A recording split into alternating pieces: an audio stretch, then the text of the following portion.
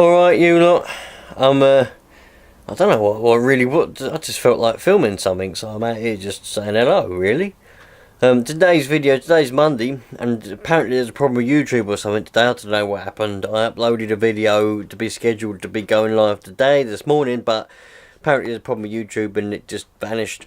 So I'm currently uploading it as we speak. It's the evening now. It's like 7 o'clock in the evening. It's meant to be up at 3 o'clock this morning, but I don't know what happens. There's a problem with YouTube.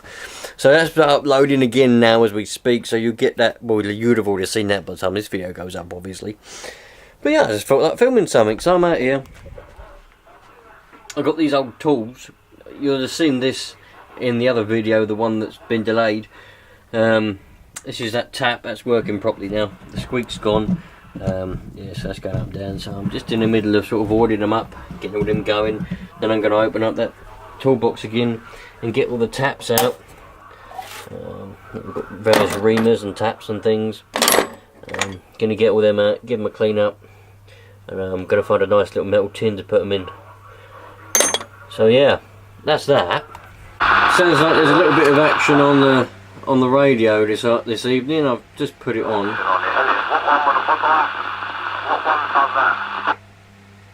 So we're just on the 19, 27, 781, 25, and then on the channel 19, just having a listen. That's what I leave it on. That's what I monitor. I don't monitor it, but I leave it on that. You know, and if I want to go and have a flick around, I'll flick around and have a chat with people. But the 19 is interesting because you get all kinds of different people going there. It's meant to be the calling channel, but people talk on there for a while, so it's interesting just to hear what people are talking about.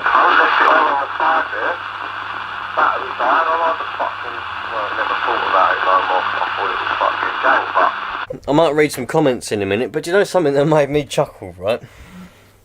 Because apparently I've actually just had to go on YouTube just now to re-upload that video after I realised it didn't go up.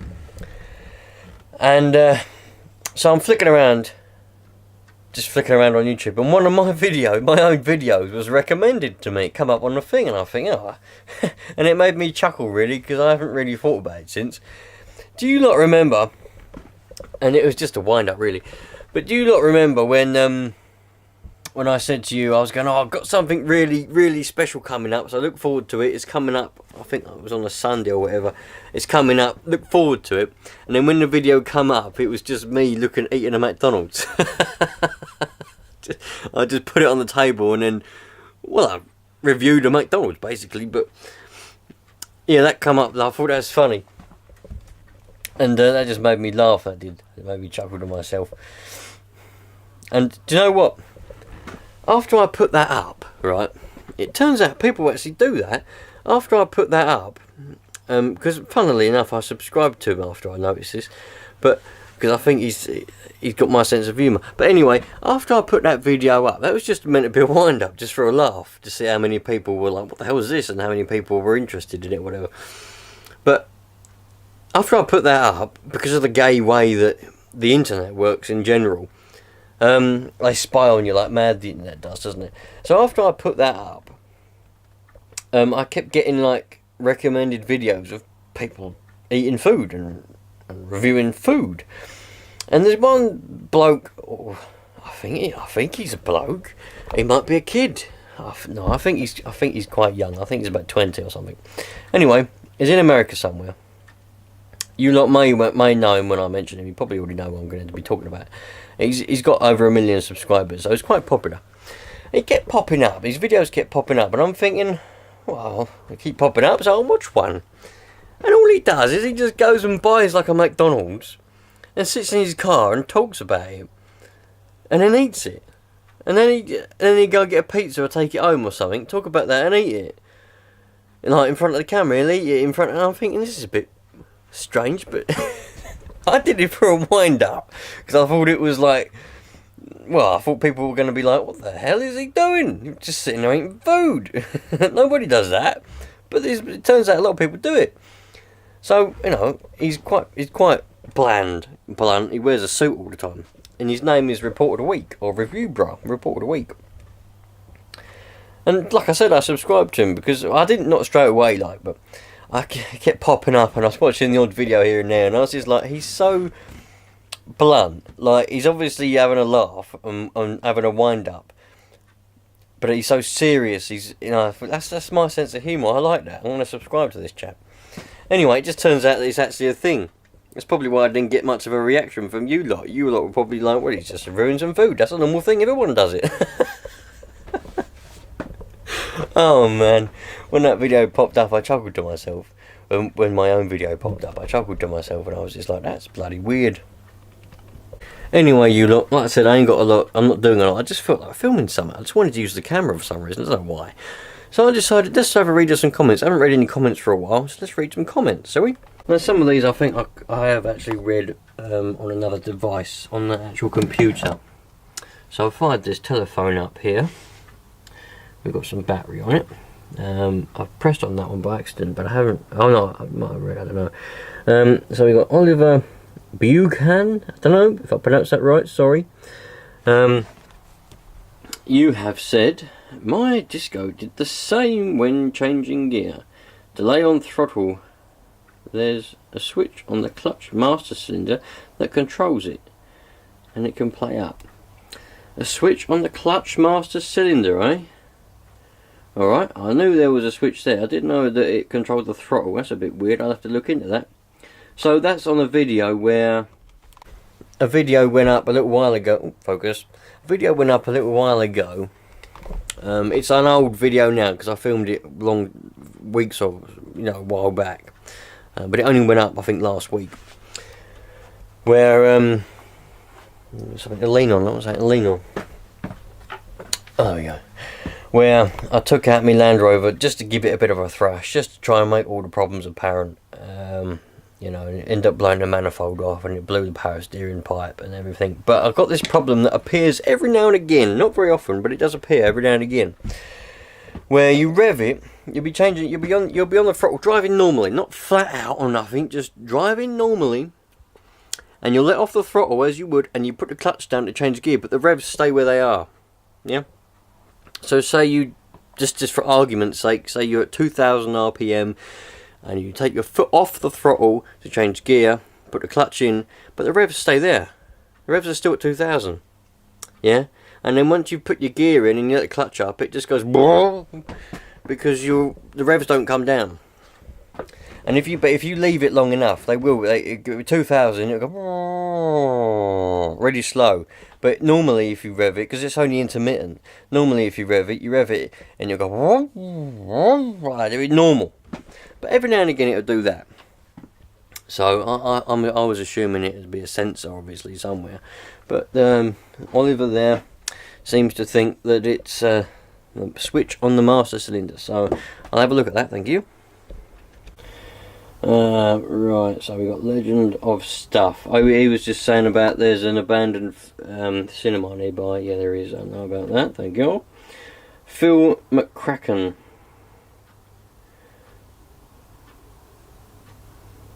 September 9th, 2010. Jesus, I found my one and it's still working perfect. Okay, that's Freddy Skulls. I think I replied to that actually. Yeah.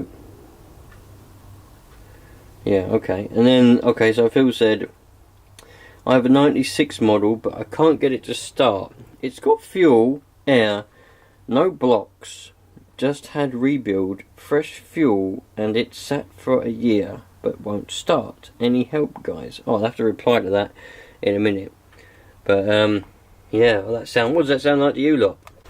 To me, had a fresh rebuild, but hasn't been started since. It's probably just need a bit of patience then, eh, dude? I reckon need a bit of patience. Stick a bit of carb cleaner in there. I'll reply to your comment in a minute, because you probably ain't going to be watching this, because you probably ain't subscribed. You probably just found the video of that, and then commented and left it. But, what do you lot think? Had a fresh rebuild, not ever started it, since it had the rebuild, and it's been sat for a year. Because it never was started after the rebuild, I reckon it just needs a bit of patience. 2 strokes are easy, no timing to worry about. Stick a bit of carb spray in the car, away you go. Bob's your own. As long as you've got spark, guys. So we've got Matt Bates on the Trio transceiver. The Trio 9R59DS is certainly a lovely receiver. The ergonomics are good. with a well thought out panel lineup. The S meter is very sensitive, and it's where all S meters should be, right in the middle above the tuning knob. The audio quality on SSB is really good, and SSB signals really stand out of the noise and sound almost like AM. I think Trio did a great job with this receiver. The twin IF mechanical filters, 6AQ5 audio amp and fairly stable VFO makes this a really nice receiver. Oh, thank you very much. I'm glad you liked my video. One day ago. And he edited it as well. Must have done something wrong there. Matt Bates. Thanks for the comment there, mate. I've given it a love. And I agree, that is a very nice receiver. I've still got it. I don't get to listen to it very often because I haven't got anywhere to put it inside the house. But yeah, lovely receiver. Valved receiver. Love valves. Can't get any better than valves. Solid state, nothing on it. Joey D87. Use a LVLP spray gun also will help, as they have much lower CFM requirement compared to the HVLP they supplied with the SGS compressor. Right. The new idea, how have you been on that? Hit the like button for even watching the vid. Oh, well done. Well done. Love it. I am against. Is it normal for a strimmer to start with the choke on? Mine says to pull the string a few times with the choke on, then remove the choke and pull the string again, but mine starts running as soon as I start pulling the string on the choke on. It also starts on full throttle. I have to press the throttle a bit, then it revs to drop to idle. Well there, Mr. I Am Against, who I suspect probably isn't subscribed. You probably just found the video.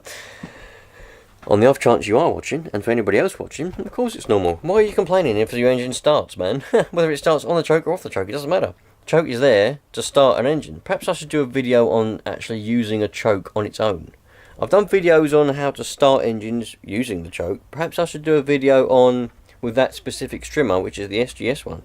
Perhaps I should do a video on, like, specifically what the choke does and how to use it. Maybe that's a good idea. Leave a comment if you think that's a good idea. Most of you watching now probably aren't going to be interested in that, but for other people who don't know, they might be searching it. I might do that. How to actually use a choke. It's perfectly normal for an engine to start with the choke on, because that's what the choke is there for, to start the engine. And then you turn it off after. It's only some small engines are a bit finicky, and you pull it and it might fire a couple of times, and then it won't want to fire again, and you turn the choke off, and then it'll fire straight up. Every engine is different, especially small ones. The smaller the things go, the smaller the engines go, the more finicky they get. Right, you lot. I think that's enough for today of that. It's bloody hot today. I've got a fan on and everything. Look. Anyway, I've been in conversation with an anonymous viewer of mine, a fan or subscriber, whatever you want to say. And, you know, I said I want to do a giveaway, but I want to do a radio-related giveaway. And, you know, we were just having a chat, and then he said, oh, you know what? A while back I bought a radio. Because I think he tried to start up a shop or something. I'm not going to say who it is, I don't want to go into too much detail. But anyway, I said, oh, is it alright if I tell a bit of the story? He said, alright.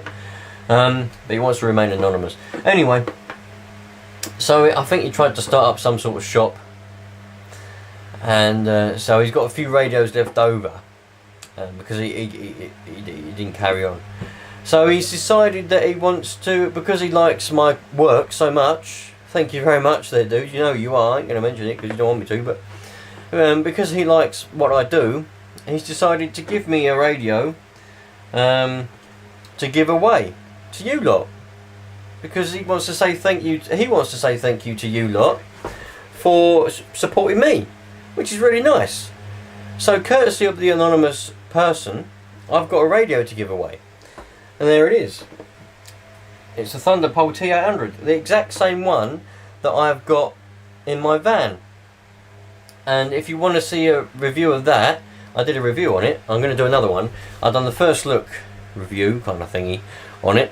And coming up soon, because I've been using it a lot, coming up soon is going to be an actual review where I actually talk about how it performs and how I like it properly, because I've had time to use it now.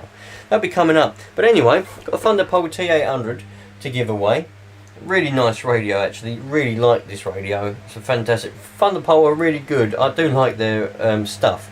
I'd like to get a few more of Thunderpole's radios and bits and bobs just to have a go of, really, in the future.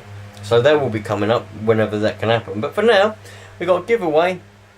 Thunderpole radio giveaway. And I said to me, my friend there, I said, what do you think I should do? You know, what should be the terms of so people can win this? And we both agreed that you ain't got to do nothing this time. All you got to do is subscribe. Alright? So if you're subscribed, then you've got a chance to win this radio. Doesn't matter how long you've been subscribed for, just subscribe. And then you've got a chance to win this radio, courtesy of Mr. Anonymous. And it is going to be international, worldwide, so you can be anywhere in the world and you can win it, and it will come to you in the post. And the draw date, so the end of it, will be at the end of July. Alright, so you've got 2 months, because we're at the 1st of June now, well, nearly the 3rd of June. So you've got June and then you've got the whole of July. So it's a 2-month competition, pretty much. At the end of that, I'll put everything in one of those automatic drawer things and we'll get a winner. Alright, lovely. So you can win a Thunderpole T800. I'm bloody excited. Bloody excited, man. Love it. Anyway, thanks for watching. Thanks for being here. Thanks for subscribing. Thanks for everything. Really appreciate you lot. And yeah, I'll be out and about a bit more in the next little while. It's going to be a bit slow with going out and about because my discovery's down at the minute. But I've got a few bits to try and fix it up. As soon as I get out and about in the discovery, we'll be exploring Essex a bit more, exploring around. Plenty of places I want to be going and having a look around anyway. So catch you later, dudes.